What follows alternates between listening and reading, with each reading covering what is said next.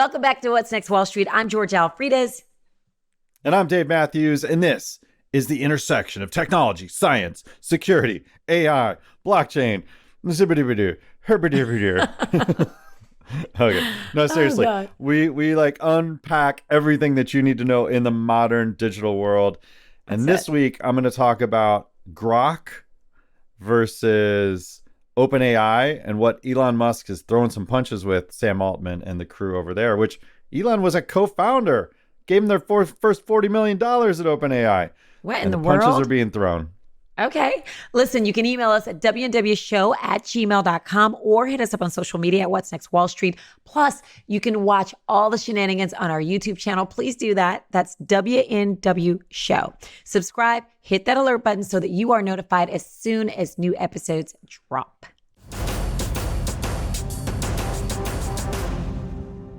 Cash is king, especially in the housing market. People are skipping the loans and diving straight into home ownership. According to Redfin, more than a third of home purchases in February were made in cold, hard cash. Who's buying these houses? Yeah, Who's exactly, that rich? Right? Yep, I think I have an idea. Now, if you don't have the cash to plunk down on a new crib, don't worry. Renting is actually cheaper than buying in the top 50 metros across the country. Realtor.com says starter home prices shot up more than 60% than rent. Places like Austin, Seattle, Phoenix, and San Francisco feel it the most. I think, Georgia, they're selling houses in the expensive hoods like Cali and moving to Big D or leaving Manhattan for Florida. Oh, you know what? Because those are the only people. They're selling their little 3-bedroom homes for $10 million and then moving to Dallas into mini mansions for like 800,000. Yeah. Exactly. Thanks a lot. That's what it is. Well, this sucks. Some students might have to hold off on their college plans thanks to a big oopsie by the Department of Education. I know about this firsthand. Turns out the department made a mistake in calculating FAFSA for a bunch of students. Now that's federal aid for students agency, something like that. So like several 100,000 students, okay, they made this mistake with. And that's not the only hiccup in the FAFSA game this year. The whole process, they changed the process and it's been a roller coaster with delays and glitches since they dropped a new version. I tried to get on the new version because every college, I don't care if you're a billionaire, well, I guess maybe you wouldn't care if you're a billionaire, but the colleges want you to sign up for FAFSA because they want to know, what your socio-eco situation is. So they want everybody to fill these things out. It took 4 days for us to even get like a PIN code or whatever. It was ridiculous. So the CEO of the National Association of Student Financial Aid Administration said, every goof up counts, especially for students banking on financial aid to make their college dreams come true. Now, it's a tough break for all these kids counting on the green to get through school because guess what? These oops have been happening since, I think we've been trying to get on FAFSA since, I don't know, January. So most colleges want you to say, okay, yeah, I'm going to this school by now. Like by now, you should know where you're going to college. But if you're counting on money from FAFSA, you can't really say that yet. So it kind of sucks. Oh, that's interesting. So like, but school tuition doesn't get paid till the summer, right? It doesn't get paid until the summer.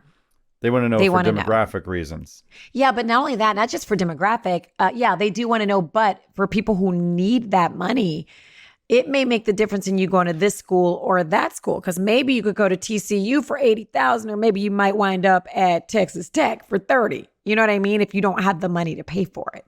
So that's Isn't that backwards? Isn't Texas Tech more? No. Tech is under $30,000. TCU has gone up to be, I want to say it's more expensive than SMU. There's like a $5,000 difference between TCU. Yes, we visited SMU. I have a senior, for those of you who don't know, my sweet Jared is leaving to go to school. But we visited TCU. When I found out the cost, I was like, I will be, you know what? I will be dead and gone before I'll spend $75,000 or whatever it is, $1,000 for you to go to TCU. Not that it's not a great school. And who wants to cheer on a horned frog anyway? It's like, it's a beautiful school. I will tell you, we visited the school. It's beautiful. I mean, and if you live in the Texas, Oklahoma area, they have such a great network of businesses. You go try to get a job somewhere. Oh, you went to TCU? Come on, you're in. So that's kind of, that's super cool. But it's just too expensive. A lot of these schools, A&M, Texas A&M is super expensive now compared to what it was. So so that's why this is really hard. If you don't have that FAFSA and you don't have the money, Maybe, yeah, I went to community college for the first 2 years because my parents were like, we're not paying for school till we know you're going to do school. Uh-huh. So And that look what might you be did with all that educational career in look your what I career. did with it all. I mean, I went to a Did school you have that a broadcast I have a career? broadcasting Or degree, and my degree, school yeah. wasn't very expensive. I went to community college for 2 years, and then I went to University of Texas at Arlington, which is my kid won't even look at because he's a loser. I don't mean he's a loser, but he's like, you can't sit with me about the schools. And you know what? UTA got me where I needed to go, so it's all good. I think it's a great school, and it's an And inexpensive with that school. degree, you've made hundreds in your career. Hundreds of dollars. Almost at 100, like 99. No, just kidding. Go ahead. It's so Carry funny. on. In my school, I was studying business, computer information systems. And back then, it was all mainframes. It was System 36s and then System 38s and then AS400. Do you know who had an AS400, Georgia? I don't even know what an AS400 is. It was like a computer database. It was Bass Pro Shops. They're like, Oh, Bass Pro really? Shops uses an AS400 to do their merchandise inventory. And, I got to say, Bass Pro Shops, there was one of those stores in Springfield, Missouri, where I went to college. Now, I guess there's 10 Oh, something, they're all 8. the rage. People love those stores. Yeah. And they're But, huge. yeah, I should look up what they're using for system processing these days because I know it's not AS400. So I was teaching my professors what the internet was. And back then, the internet wasn't www. It was using keyboards to go blippity blop into the machine to get it to pull up text. It was before the WWWs and the voice over IP and the StreamYard that we're using to record this. So I'm glad I didn't go with that degree. It would have been, I would have been like some guy under a desk trying to. Well, and here's the other thing about colleges. Every kid wants to study business. So what you do, you get into you decide you want to be like, I don't want to say any particular career because I don't want anybody to get upset with me. But say you want to be a basket weaver. You go to school for that. And then once you get into the school, then you switch your major over because that's kind of a problem. It's hard to get in with a business degree anywhere. And engineering, there are some degree fields that are very, very difficult to get into. I mean, you know what? I was going to ask you though. Okay, listen, this is how we get off the beaten path. I had the Radio Shack computer, that computer. Yeah, the TRS-80. Everybody had it. Yes, I had that one when I was in college and it made so much noise and it really did nothing. I really didn't know how to use it, but I just wanted one because I was in college and I needed my own computer, which a typewriter probably would have been better at that point. I've got a collection of old computers like the Apple II, the Osborne, which is what I started with. And I have a TRS-80 portable computer with an LCD display. A lot of reporters still to this day use that computer because it runs on AA batteries and you can go out in the field and type away with a real keyboard, which is amazing. I'll have to show that on one of the future shows. But hey, Georgia, did you know that vocational training is all the rage these days? Those kids not going to college? Exactly.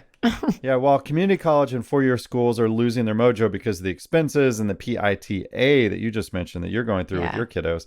So according to National Student Clearinghouse, more folks are jumping into vocational community colleges by a cool 16% last year.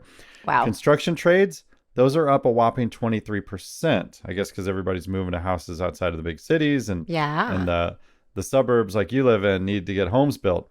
And then programs like HVAC and vehicle maintenance, they're climbing too by 7%.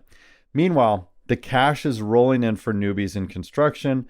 Median pay is up 5% to $48,000 a year last year. And get this, jobber surveys found that a whopping 75% of high school and college age folks are itching for vocational schools with paid on-the-job training. Yeah. Dang, it's time for me to be a labor worker for real, not just my hobby of rewiring homes and fixing old cars. Exactly. You know what? Let me tell you something. I'll be quick because we just go off on a tangent. So when we had the freeze in Texas, couldn't find a plumber. Finally got a plumber. The freeze cracked your pipes, flooded our pipes, your closet, flooded the master bedroom closet. Who would build a pipes above a master bedroom closet? A man, that's who. But so very upset about that. Anyway, so I had to, I was searching for a plumber, like it was an emergency. So finally found a plumber. And when I tell you everybody was on the phone, find a plumber. My kid, everybody was like, just keep calling until you get somebody.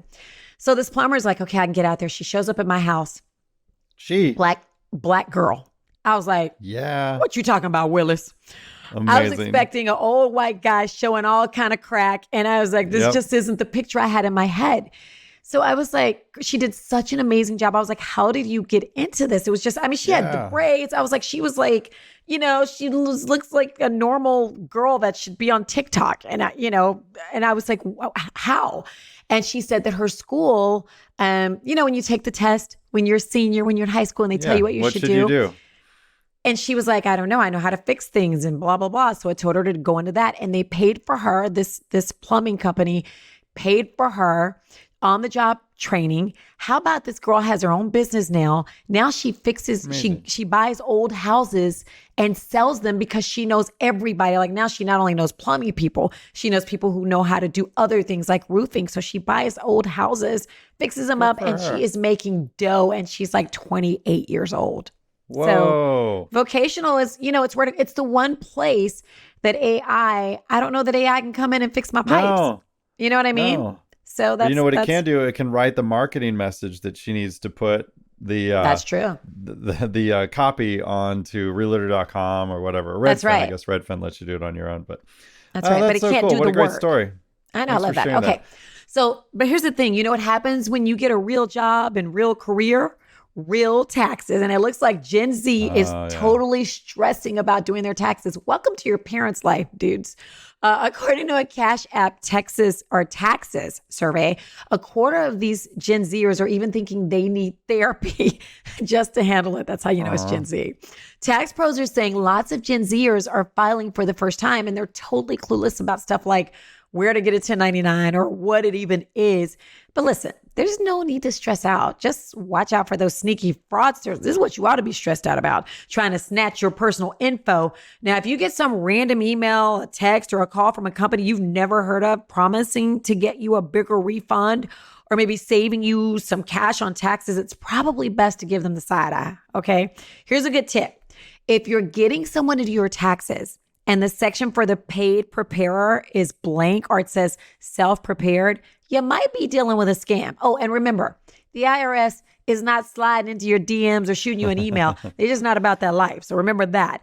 Just last year, Dave, the IRS got over 290,000 complaints about identity theft and sniffed out more than $5.5 billion in tax fraud. Is that crazy? So Georgia, this happened to me. Somebody filed a tax return and they got a rebate, and obviously it was all fake money or fake numbers that went into it because I don't get rebates. I have to pay every year. I was about to say, how did you? They just made up numbers in order to get a fake tax application, refund. which then which then came to them, which I don't know what address they used or whatever, but I was caught up in this as well. And the reason why is my guy that does my taxes, because I have investments and a bunch of other crap I've got to track. So I just like the Gen Zs here, like I just can't even get my head around it. So I have someone else. That's scary because you're talking jail time, right? Like that's terrifying. Yeah, but what happened is he tried to file my legitimate taxes and he goes, I'm getting a kickback that says you already filed. Did you file? And I laughed. I'm like, you're kidding me, right, bro? Like, no, this is why I pay you the big money to do this stuff for me. And he goes, no, somebody already filed. But remember, I talked about on last week's show, the AT&T breach. If someone has your social security number, your address, all this information about you, they can use this as another way to steal money from you through illegitimate tax refunds. Wow. So, you got to keep this data safe. And even if you freeze your credit, like I talked about on last week's show, they can still file a tax return for you. So there's a PIN system that you can use. And, it's you just got to watch out. The scammers are finding every little loophole to make money with you if they have your identity. And it's tricky, but we filed a letter with the state and with the IRS proper. Yeah. Because there's like you got to pay state taxes sometimes and IRS government, U.S. government taxes as well. So we got it cleared up, but it wasn't without some forms and some extra, going through hoops, which. All this stuff, when your identity gets stolen, it's such a pain in the ass. And that's why that's so stressful. I don't like giving out my social security number anywhere. And but everything needs it these days. You need a power, for your house. You need a cell phone, whatever. And that's why anytime you can do prepaid stuff, or even with electric bills, I've put down a cash deposit of like $200 or $400 because they say after a year, that's going to be pulled out anyway and used in your bill. So anything you could do to not give out your social security number is just going to make your life a lot easier. Okay. Hey, George, did you see this? Where Texas might make social media influencers spill the beans if they're getting paid to push political ads. Now, typically, this would be if you have like proof in, what is it? I'm spaced on the term, but if you were talking about a product, if you were shilling, you'd have to say like, oh, I'm sponsored by Apple for me talking about this glorious so I got Apple these free mouse. headphones or whatever. Right. You had to say you were getting compensated for that. That's right. Yep. So the Texas Ethics Commission gave the nod to this idea, especially after hearing about a company called Influenceable LLC throwing money at influencers to back Attorney General Ken Paxton before his Senate trial last year. Pretty sneaky, huh? Sneaky. So, yeah, they might seal the deal with this rule in June, which is like, talk about timing, right? Oh my gosh. And the whole goal is to keep things transparent in the world of social media. You know what, Dave? I am so over political ads. Every one of them sounds so outlandish and fake. I just can't. When I hear like this ad, pay black, but switching, I switch immediately because they're so, I don't care what political party it is. I mean, liberals, conservatives, like they're so fake and outlandish. I can't take it. They just like the guy I'm running against, you won't believe it. He killed babies. I don't know, it's just crazy. Like all of it. I shouldn't have probably said that. I'd probably get in trouble for that. But I'm just saying that's how outlandish it is. That's not actually what I heard, but they're so fake. I'm like, oh my gosh. Or they sound fake. It makes me, I think of what you just said. I just feel like it's not real. Anyway. When I see him I've been going to political events the last few months. And when I hear these, the fakeness, I go, look, what you're saying sounds great at this dinner party or at my friend's house. But when you get out of this house, when you walk through that threshold, how do we know you're going to do what you're going to say you're going to do? And some of them are so good. They're like, well, Dave, here's what I'm going to do. I'm like, oh, you're smart. You remembered my name from when I said hi at the beginning of the party. That's and right. Now you're throwing at me at the end of the party. I'm like, well done here. Politicians, man, I'm trying to tell you. But you know what? So everybody's worried about inflation. You know what I'm worried about, Dave? I'm concerned about funflation. Yeah, you heard me right. Funflation. The price of having fun has increased since the pandemic, if you don't know. A new bank rate survey finds that over 1/3 of U.S. adults are willing to go into debt for at least one discretionary purchase this year. We did it. Spring break, these damn kids. Millennials and Gen Zers are the most likely to extend themselves on leisure activities, while Gen X, and baby boomers tend to cut back. Now, we're Gen X here.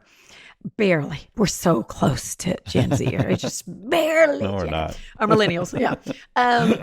Do you extend? For me, I will, just because I'm like, the kids are only going to be this young forever. Yeah, spend $1 million taking them skiing, and we have to do it. So I will, spend more than I should if the kids are involved. So what about you? Do you find yourself doing that? No, because my fun is like, I know how much it costs to go, like, especially if you're in California or New York trying to go out to dinner, like a glass of wine is now $18 to $20 for a glass. What? You better go to the liquor store. Yeah, bring exactly. it with you, bring your little glass. Yeah. And I've got like in my San Francisco crash pad, I've got a couple cool parks. I got the Painted Ladies up the hill, and I've got Golden Gate Park on the other side. And, I've got a liquor store for $10. I can buy a 6-pack of Shinerbach. It's $1 or $2 less. Yeah, I like Shiner. Yeah, that was my dad's beer. The beer brewed with an attitude. That's right. So yeah, I can't believe like down the block from my crash pad, they've got a liquor store that sells $10 Shiner. I'm like, hell yeah, that 6-pack will be good. And then I can just like go to the park, pour it in my Stanley Cup or whatever you kids like these days. Your $10 beer and your $50 Stanley Cup. Go ahead. Exactly. Right. Go figure.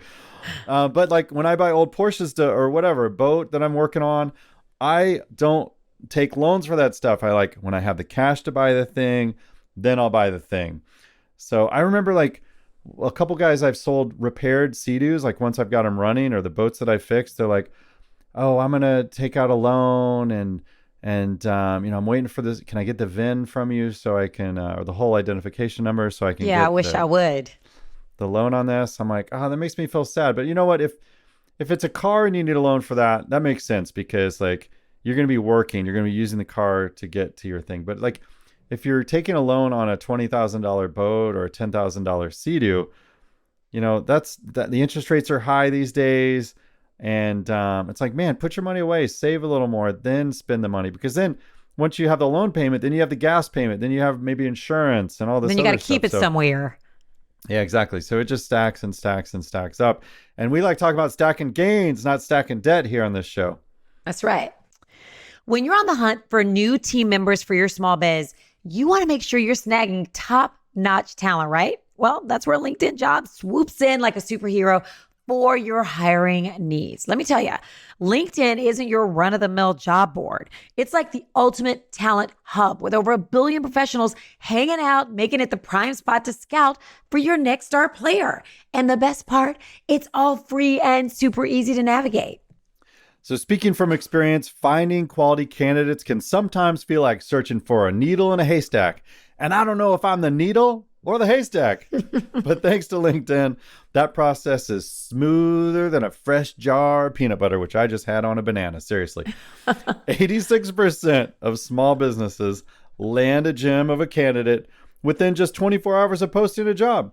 Now let's talk about the real struggles of running a small business. Between wearing multiple hats and juggling 1,000 tasks, who's got time for extensive hiring processes? Not us, that's for sure. But LinkedIn, they just get it. They're always rolling out new features to make our lives easier. I mean, they even recently dropped a tool to help write job descriptions. How cool is that? Oh, and get this, 2.5 million small businesses like ours are already on board with LinkedIn for their hiring needs. That's so right. It's safe to say we're in good company. Yeah, we are. Ready to find your next superstar? Head over to linkedin.com/WNWS and post your job for free. Trust me, you will not regret it. And do it. Don't just say you're going to do it. Go to linkedin.com/WNWS.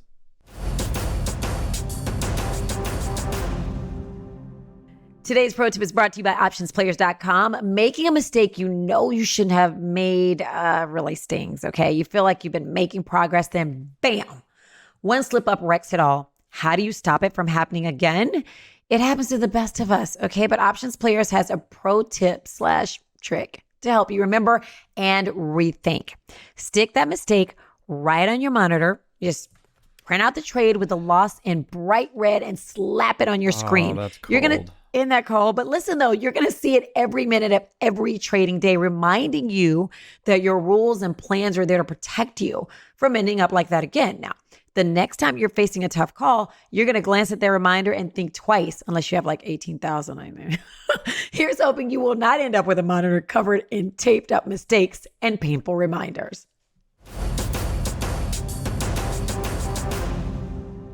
All right, this is the part of the show where we get to hear from you. You can always hit us up on social media at What's Next Wall Street. Comment on our YouTube page. We love those comments. And you can email us, WNWShow@gmail.com. And by the way, that at WNWShow is the username for our YouTube channel as well. And we want that to grow. So go in there and subscribe, please. Georgia, who's our first email from? Okay, Dave, this email is from another Dave, David in Rome, New York. Wait, is your name Dave or David? It's David, but only used when I'm in trouble. Okay, which David. I'm never in trouble.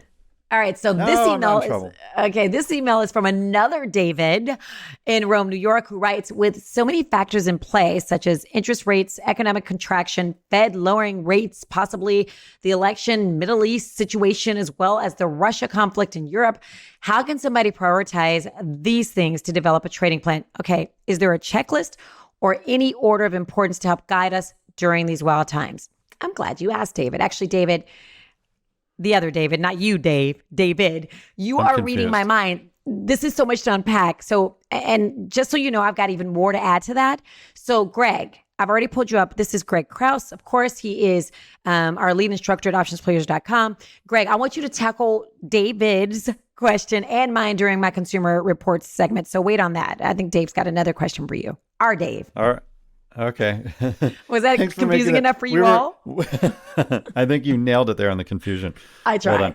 done. But we'll get to David's question later in the show. That's what I'm Yes. hearing. Okay. Nick in New Jersey writes, I noticed stocks typically tend to run up going into their respective earnings. The price increase along with the volatility increase is an extra premium. Does this combination allow swing traders to capitalize heading into earnings? If so, what are the ideal parameters for the strikes to enter? The expiration, delta, etc. Greg, is this true? Going into earnings, I thought people were a little pensive with trading. What says you? No, not at all, actually. You have individuals now that just love risk. So the fear of missing out, right? The FOMO or whatever you want to call. Everyone wants to... I try to explain this all the time on how brokers and people that invest your money, it's more fear of missing out than actually being wrong. Because a person that gives someone money and say they make what the market makes, you might not move their money away. But then that one guy that's actually trying to protect you and he doesn't match that, you might hate him that year. But 3 years from now, when the market goes down, he still made you money and you'd be better off. But you're going to go tell that guy that's managing your money, well, why didn't you do this? Or why didn't you do this? And he's looking at you and be like, because that's risky, but it worked. So most people manage your money are just going to do what everyone else does because they don't really care what happens to your money. They just want to be able to look at you and say, well, everybody lost money, not just me. So first off, that's just that side of it. But then individually people, they're like, oh, earnings is going to come in. I think it's going to fly. And it just takes one or two people, well, not one or two, a couple 100,000 probably. They start doing it and then everybody else chases it, right? Now, that doesn't really mean anything, all right? So if you really want to look statistically at this has been studied multiple times. You could just Google it and you'll find so many different people that actually look this up. Underperforming stocks, okay? Stocks that have underperformed the market, okay? We're not looking at their financials, but have not done as well as the market, do much better after their release. You understand what I'm saying? So the stock that didn't go up as much as the market did, when theirs comes out, it actually well outperforms the market at that point. That's kind of makes sense, common sense, but nobody cares about that. It's that fear of missing out. If Apple's going to release it and I don't have it, I'm going to miss it, and they just buy it and they don't really care. But there are other ways to trade this in a method, because you're talking about volatility and then people going in. So when people start adding in, the volatility might increase. So let's just say we don't know what's going to happen leading into or after at the actual earnings. So let's just get rid of earnings, the results of that. And we just want to make money from whenever till the earnings. So we're going to, buy the rumor, sell right before the actual event, right? So I used to have a strategy, like I would go back like 45 days before Apple hit, and I would look for a drop in volatility. And then at that point, somewhere in that given time, it could be 50 to 30 days drop in volatility, I would look at purchasing a debit spread, a call debit spread. So that got rid of all my theta risk, so I didn't lose money over time. But then I expected volatility to increase, so IV goes up, which then the Vega pays me a little bit of money also. So I needed my Vega to outpace my theta, and spreads allow me to do that. So leaning into that, I didn't really care if it went up or down. I just wanted everybody to get crazy and start trading around it, and I would make money normally. But you got to understand, I'm making small percentages. You're not going to get rich trading something like that. But it was almost a dead giveaway, because everyone wanted to FOMO and not miss out, and they would just raise the price too high. But this is not investment advice. But personally, if I look and I have a channel, like high and low, just draw some lines, connect the dots, and it's at the very high going into earnings, I'm probably selling it, let it go through earnings, whatever. And if it's at the bottom of that channel, I'll probably purchase it, because it goes back to, I'm not a huge believer in the Dow 3 now. You can Google that and find what it is. But basically it says the long-term trend cannot be manipulated. So I look at I want to be at the bottom, below or near the mean or below the mean to purchase something, not above it. And that's just me. So yes, people do it. Does not pay off very well. That's all I say. So all right, good stuff. Thanks, Greg. Now, if you have questions, we've got answers, and Greg does too. You can email him at greg@optionsplayers.com. And of course, you can hit us up, WNWShow@gmail.com, if you want to hit George's in my inbox, slide into our DMs, you know what I'm saying? Post your questions and comments on social media at What's Next Wall Street and on our YouTube show. Give us some love at WNW Show. Thank you.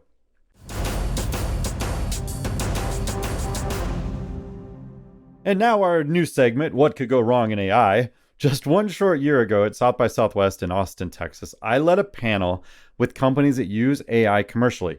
Now, this was a couple months after ChatGPT was released and barely anyone was using their APIs.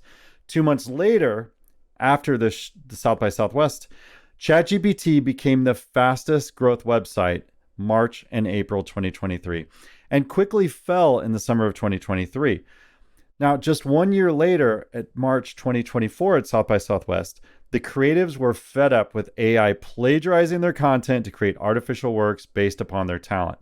Boos, in fact, erupted when the film festival shows interstitial clips of the speakers of AI sessions that were shown before movie screenings. In fact, Billie Eilish, Katy Perry, REM, John Bon Jovi, and 200 other artists signed a letter to AI developers and tech companies saying AI is predatory and steals voices to replace artists, and they're not having it. I think there was a Weeknd song and a Drake song that were released by not those artists, by people that mimicked their voices. So it seems like there's something in the air. This week, Sam Altman, founder of OpenAI, announced that they're going to be opening ChatGPT for anyone to use without creating an account. But there's a catch.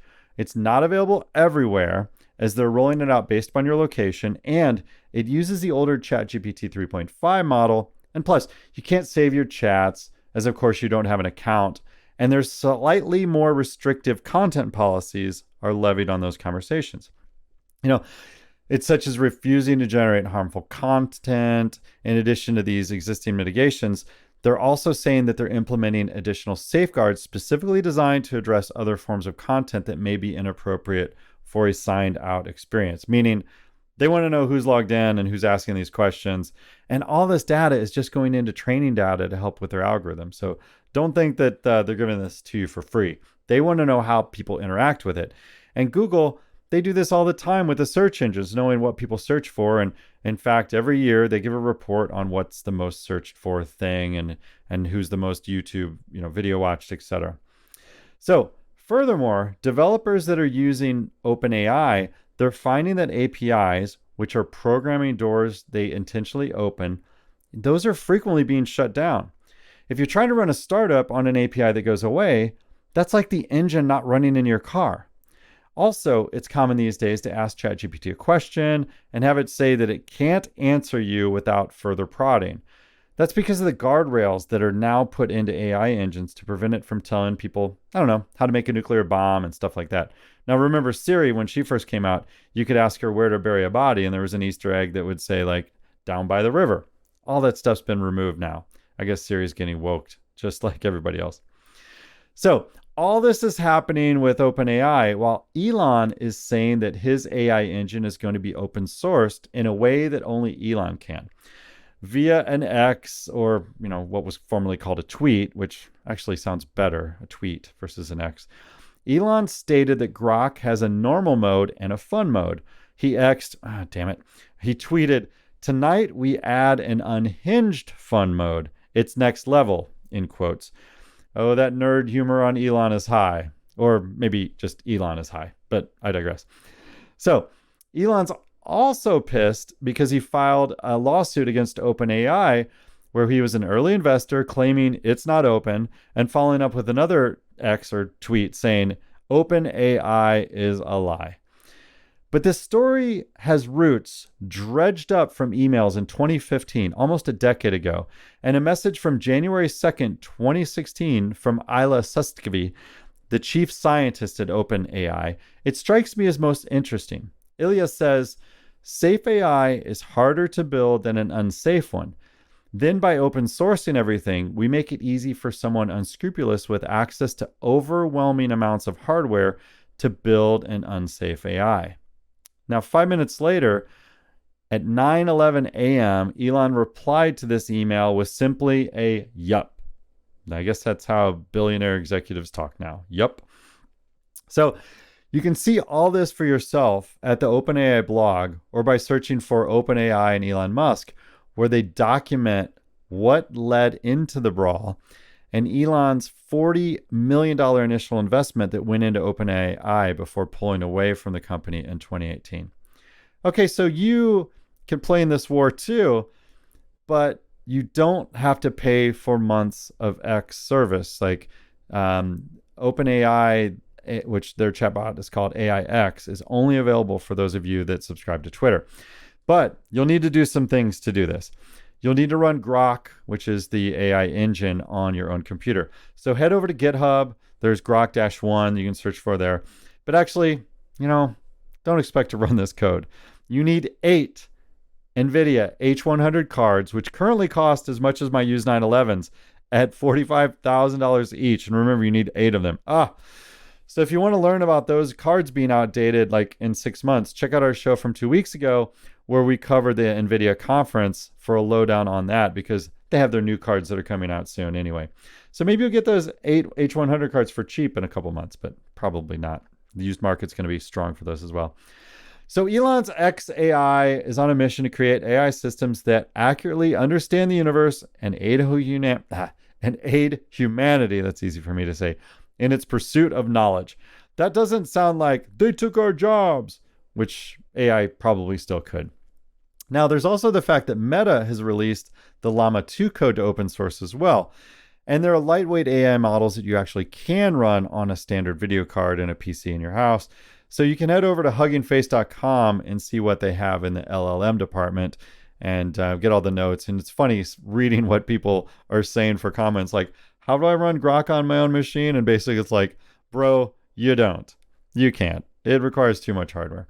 So look, AI is not going to go away, but I think that their ability to quickly iterate content based upon text input from you. So just like you'd enter a Google search query or maybe a Google image search, you can fire up an AI request to say, give me an image of Georgia riding a horse. Maybe not Georgia, but something doing something.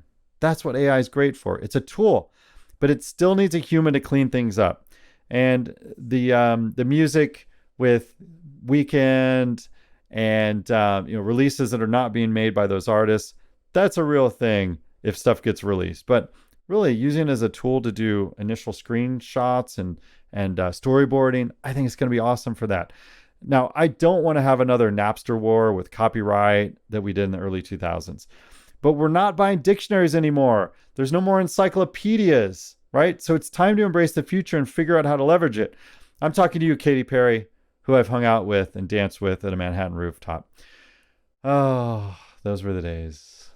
I don't know if I believe that about the whole Katy Perry story. Really? It's true, Georgia. I got one word to say to that. Yep. I'm a billionaire. Wait, Remember? Yep. Oh, Elon's comment. Yeah, yes. I thought you were saying yup, like you didn't want your face and name likeness to be taken and the robot's making money on your likeness. Yep. Just kidding. So, okay. so Tennessee's, the birthplace of country music, right? And they have the first act against musician AIs called the Elvis Act. What's the Elvis Act? No. It's legislation made to help with likeness of intellectual property.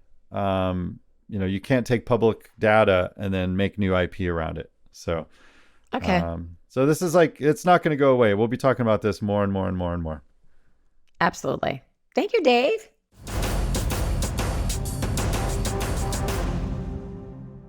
Okay. Tensions are heating up in the Middle East. Iran is pointing fingers at Israel for a deadly airstrike on its consulate in Syria. Tehran's not taking it lightly and most likely gearing up for some serious revenge. Drones are buzzing over Russian refineries over in Ukraine. A drone strike pulled off a daring hit on one of Russia's largest oil refineries near Moscow. And OPEC's playing hardball with production cuts. What's the result? Well, besides death and destruction, of course. But for consumer purposes, gas prices are on the rise yet again. So, David was asking about this earlier. David from Rome in New York. We didn't forget about you in the email section.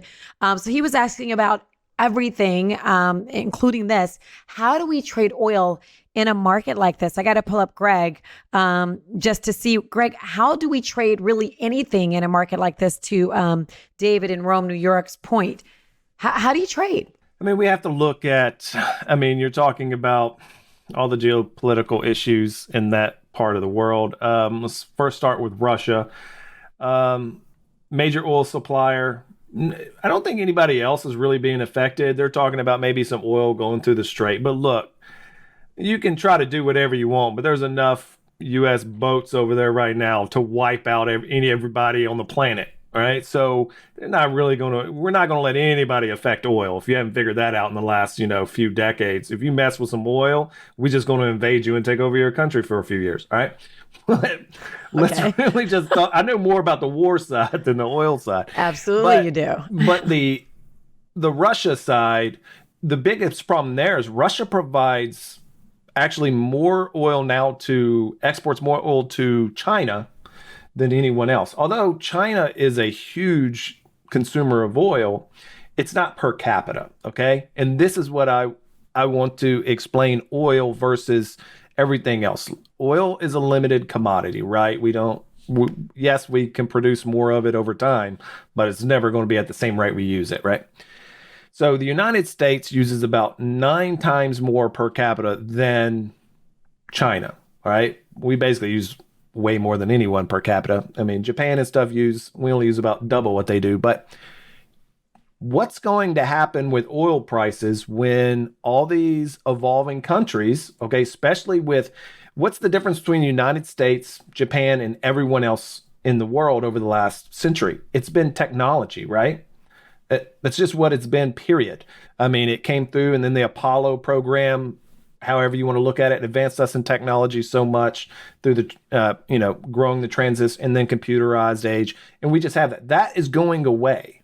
That advantage is going away. You're going to see other countries move up with AI. And then what's going to happen? They're probably going to use more oil, period. Regardless if you think it's going to be EV, I'm not an idiot. I can do math, and I know for a fact we cannot charge EV anything, okay? So that's not going to be a real solution for most places. So you have China that, let's just say we're no longer 9 times, and now they're only half. You just increase the oil demand by crazy. And that's what's going to happen as these countries start producing stuff, want all the nice things that we have, because if you've ever been to another country, we just live in a different world than most other countries. I'm not saying it's better, because I like a lot of places better than I like here. But when I was a kid, if a light bulb was on, you got yelled at. That's right. Right. Turn off those lights, close those doors. Right. Now, I don't know how many light bulbs we just have on for decoration. Yeah. TVs. Right? Yeah. That's what I'm saying. And other places are going to do that, and that's what's going to raise the oil. So really thinking about war affecting the oil, yes, we can look back and say, hey, this issue in Russia causing some oil issues increased the oil probably about 50% since then if we look at the charts. But it's really mass producing it and throwing it over to China anyways. That's not affected by any of the stuff going on. There's going to be some issues, but how to trade it? It comes back to doing what I've always said, follow the trend. If you go back and you look at oil, we're probably on that trend line of just still going up. I don't know what it's at right now, 80 something most likely. I haven't looked at it in weeks. But, I expect it to continue to go up, and not because of the war, but because of demand. Other countries are getting, I don't want to say civilized because that's the wrong word, but are getting more industrialist. I guess that's a better way to say it. Yeah, absolutely. So there you go. In the United States, everybody's got 2 cars, not 1, 2, right? We have to have oil to oil all of our weapons because we have 8 trillion of those. So there's, this is a joke, but we use it for everything, right? This cotton shirt probably has oil used to make the little stretchy thing on my thing. And then in other countries, they don't have that, right? They might have 1 or 2 lights in a room. I have 20. I have a TV that it doesn't even turn on ever. That's just in here. I have 5 monitors in front of me. I have a TV in every room. I have a TV in a pool house. I got TV so you can see from the pool. I got a TV just laying on the ground somewhere in here. It's right back there. You can't even see it. Most places, when I grew up, we had one TV, right? So we have to look at that as going to what's going to happen in other places in the world. And then at that point, it's just more of a supply and demand, not so much a geopolitical issue. So oil is limited. It's going to go up, and it cannot be replaced with crap like, oh, we're going to go, make, for example, big trucks, right? If you take 500,000 trucks and you say, not even that, 5,000 big trucks doing logging operations, they've already tested it. It's like 1.2 gigawatts of energy a day. That is literally enough to power almost 750,000 houses for a year, what logging trucks use in oil power-wise in a day in Canada. So how are you going to make those? Canada don't even have the power to even charge a tenth of those, not even a 1%. Now, that's Canada, who's very efficient in EV ratings, probably. Now, let's take that to America and China and places that don't care. They're going to do whatever's cheapest, and that's going to be oil, and that's going to hurt our demand. And I don't think it's going anywhere. Oil's not going to go anywhere but up, because we're never going to wing off of it. Because as good as we do in America and everywhere else for, trying to go EV, the other countries, there's 360 million U.S. kids. There's 3.6 billion in 2 countries over there. They're just going to spit that oil out, crazy industrial, and do it cheaper. And then we as Americans are going to buy everything made there because they can make it cheaper. So there's that. Okay. Yeah. So that answers my oil question. But David in Rome also, besides oil, he wants to know how to trade, if you can generalize this, with the election, with everything else that's going on. Take oil out, take the Russia out. With the election, with AI, how else do you trade generally? I used to have theories about elections, and I don't have them anymore. I do, but they make me sound extremely political. All right, on which side? So I'm not going to do it. So what party do you think controls the stock market? Whichever one is in power. Not even close, right? Because the people that invest and all those people that do it, like BlackRock and all those people that are handling your federal funds, who do they support, so on and so on. I'm not going to tell you what side of the edge, you can Google it. But nobody wants volatility going into it, right? So for example, right now you have the Democrats that want a stable market, period. Yeah. I don't believe it's going to go crazy up or crazy down. I think the people in power try to make that stable to say, hey, the economy is doing good. So there you go. The people that are in power, they want it to be stable. Does not actually represent the stock market. So you can't say the stock market's up 100%, the economy's up 100%. No, economy's whatever, flat. And then, the stock market's doing well. And the issue with that is you have small businesses and people that aren't public, right? Those companies aren't on the stock market, but they could just be going to crap like they did during the pandemic. But then the stock market goes way up because, of course, you just shut out everyone that wasn't on the market and you just gave all those small businesses money to the big businesses. I mean, it's just how we rotate money. Like you said, the rich are getting richer. That's how they do it, through politicians pushing all the money from the lower people up to their people that give them money, which is the larger corporations. I mean, it is what it is. I hate both sides, so you know my theory in that. But so I used to have a theory that whoever was kind of not in power, but who was controlling that sector was doing really well. And that would have been kind of the Republicans pre-2008 and then switch over after that. So this year, I don't think it's going to be extremely volatile, though I don't think the economy should be where the stock market should be. I think it's overpriced.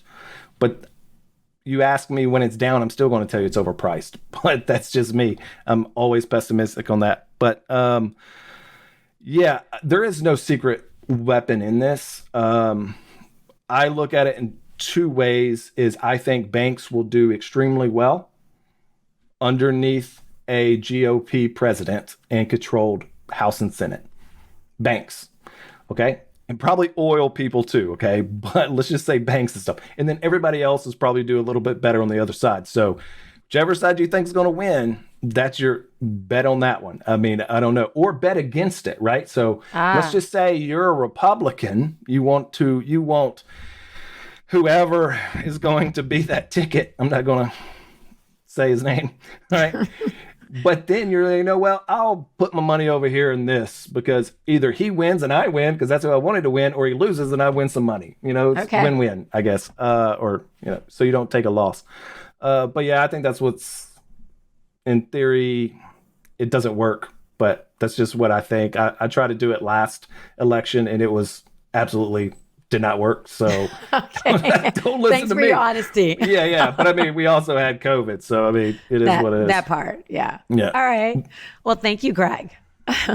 Remember, if you got questions, sorry, go ahead, Dave. I'm sorry. No, George, you go ahead. No, you got this. Remember, if you got questions, we can try to help you answer them, and we'd love to hear from you. So email us at WNWShow@gmail.com, or you can hit us up on social media at What's Next Wall Street.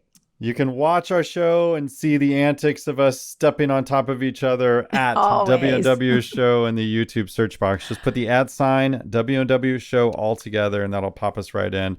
And of course, listen to us on Spotify, Apple. Share the show with your friends. The only way that we grow is through your support. So there's a little share button now. And my favorite thing within Apple Podcasts is you can search for content. So you can go into the show, hit that little search box, and you can find if Greg or David from New York or whoever said something clever. You can go back and share that with your friend, please. Yes, please share the show and make sure you subscribe and hit that alert button so that you get current trending info as soon as it drops. I'm Georgia Alfredas. And I'm Dave Mathews. We'll see you next time on What's Next Wall Street.